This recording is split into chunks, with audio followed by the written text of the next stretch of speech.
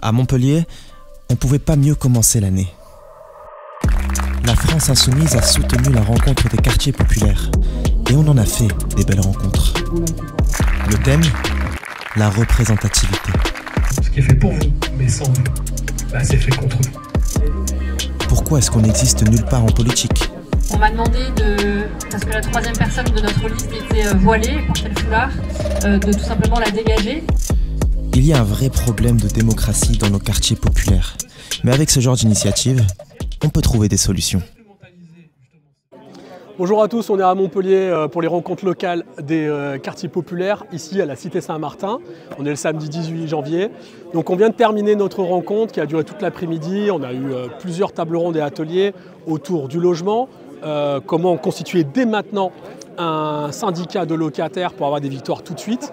On a parlé de représentativité et de démocratie, avec comment faire en sorte qu'il y ait plus d'élus et de représentants politiques issus des quartiers populaires. On a parlé de la laïcité, comment se la réapproprier face à ceux qui la dévoient. Et enfin, on a eu deux superbes échanges avec la présence de nos élus municipaux qui sont venus et également de tous nos amis camarades militants, mais aussi des acteurs associatifs. Je voulais remercier nos invités, notamment Diangou Traoré qui est venu de Saint-Denis pour nous expliquer un peu comment elle combat chez elle dans sa ville de Saint-Denis. Mohamed Ben Saada, des quartiers nord de Marseille, pareil, venu nous expliquer comment à Marseille on s'auto-organise dans les quartiers populaires. Et aussi, bien évidemment, Tariq Aouattari, un grand militant des quartiers populaires, cofondateur du MIB, qui est venu nous expliquer la mémoire de nos quartiers, parce que sans mémoire, on ne peut pas éclairer le futur. Et donc c'était important de l'avoir parmi nous pour nous expliquer un peu d'où viennent nos luttes. Après ces ateliers, on a discuté en mangeant des bonnes pâtisseries. Et on en a profité pour poser quelques questions aux habitants. Par exemple... Est-ce que tu fais partie des 2/3 des Français qui souhaitent la démission de Macron? Et si oui, pourquoi? Alors oui, je considère qu'il est juste complètement illégitime, il ne tient pas compte du résultat des élections et c'est pas la première fois. Il mène une politique qui donne lieu à de très nombreuses mobilisations et en fait il assume de pas du tout être dans le dialogue et d'être dans une forme d'autorité complètement antidémocratique. Oui, parce qu'il n'a pas réussi le deuxième mandat, il est carrément dans la dérive. En plus, les pertes des marchés internationaux. Et il y a de plus en plus de chômeurs et ça ne va pas du tout. Selon toi, c'est quoi les problèmes principaux qui t'affectent dans ta vie?